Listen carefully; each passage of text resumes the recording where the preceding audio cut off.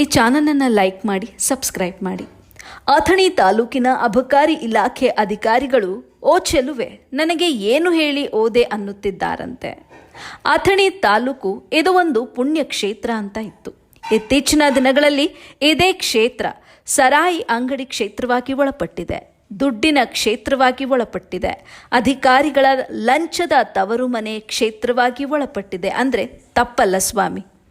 ಬೆಳಿಗ್ಗೆ ಸುಮಾರು 6 ಗಂಟೆಯಿಂದ ಹಿಡಿದು ಮಧ್ಯರಾತ್ರಿವರೆಗೂ ಸರಾಯಿ ದಂಧೆ ಸದ್ದಿಲ್ಲದೆ ನಡೆದುಕೊಂಡು ಹೋಗಿದೆ.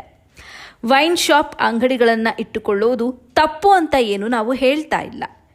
ಇಟ್ಟುಕೊಂಡಂಥ ಕೆಲವು ನಾಲಾಯಕ್ ಅಂಗಡಿ ಮಾಲೀಕರು ತಮ್ಮ ಕೆಲವು ಬಾರ್ ಮಾಲೀಕರು ಚಿಕ್ಕ ಚಿಕ್ಕ ಮಕ್ಕಳು ಬಾರ್ಗೆ ಬಂದರೆ ಅವರಿಗೂ ಕೂಡ ಸರಾಯಿ ಮಾರಾಟವನ್ನು ಮಾಡುತ್ತಿದ್ದಾರಂತೆ.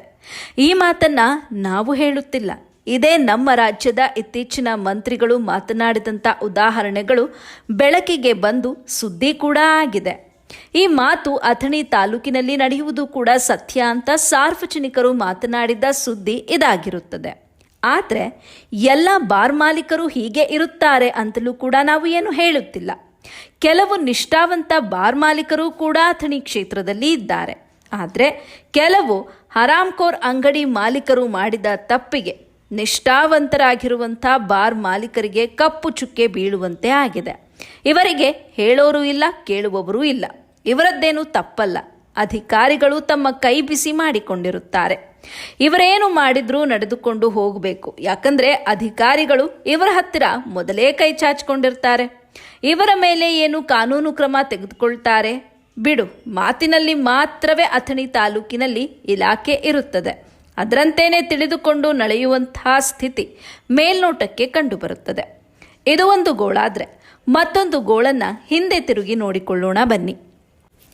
ಅಥಣಿ ತಾಲೂಕಿನ ಬಾರ್ ಮಾಲೀಕರು ಕೆಲವು ಗ್ರಾಮಗಳಲ್ಲಿ ಸರಾಯಿ ಮಾರಲು ತಮ್ಮ ಅಂಗಡಿಯಲ್ಲಿ ಸದ್ದಿಲ್ಲದೆ ಸಪ್ಲೈ ಮಾಡಿಕೊಳ್ಳುತ್ತಿದ್ದಾರೆ. ಇದು ಇತ್ತೀಚಿನ ದಿನಗಳಲ್ಲಿ ಬೆಳಕಿಗೆ ಬಂದಿದ್ದಾವೆ.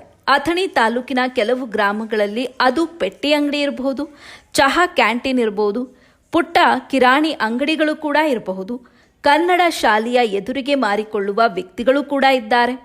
ಈ ಸಂಪೂರ್ಣ ವಿಷಯವನ್ನು ನೋಡಿದ್ರೂ ಕೂಡ ಅಧಿಕಾರಿಗಳು ನಿರ್ಲಕ್ಷ್ಯತನವನ್ನು ವಹಿಸಿದ್ದಾರೆ. ಎಂಥ ನಾಚಿಕೆಗೇಡಿನ ಅಧಿಕಾರಿಗಳು ಮಾರಾಯ ಇವರು.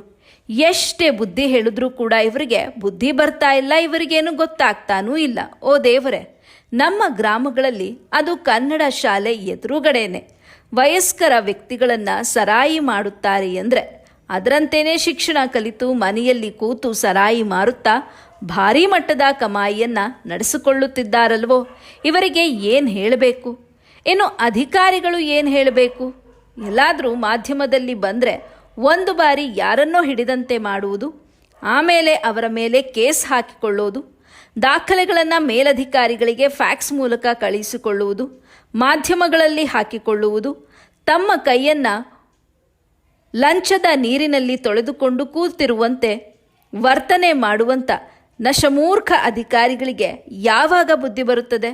ಇದು ಹೀಗೆ ನಡೆದುಕೊಂಡು ಹೋದರೆ ಜನರು ಬೀದಿಗೆ ಬಂದು ಮುಂದೆ ಒಂದು ದಿನ ಮೂಲೆಯಲ್ಲಿರುವಂಥ ಪೊರಕೆಯನ್ನು ಹಿಡಿದುಕೊಂಡು ಇವರಿಗೆ ಪೂಜೆ ಮಾಡೋದಂತೂ ಖಚಿತ. ಇನ್ನು ಮತ್ತಷ್ಟು ಸುದ್ದಿ ಮುಂದಿನ ಸಂಚಿಕೆಯಲ್ಲಿ ನಾವು ನೀವು ಭೇಟಿಯಾಗೋಣ. ಅಲ್ಲಿವರೆಗೆ ಕಾದು ನೋಡಿ.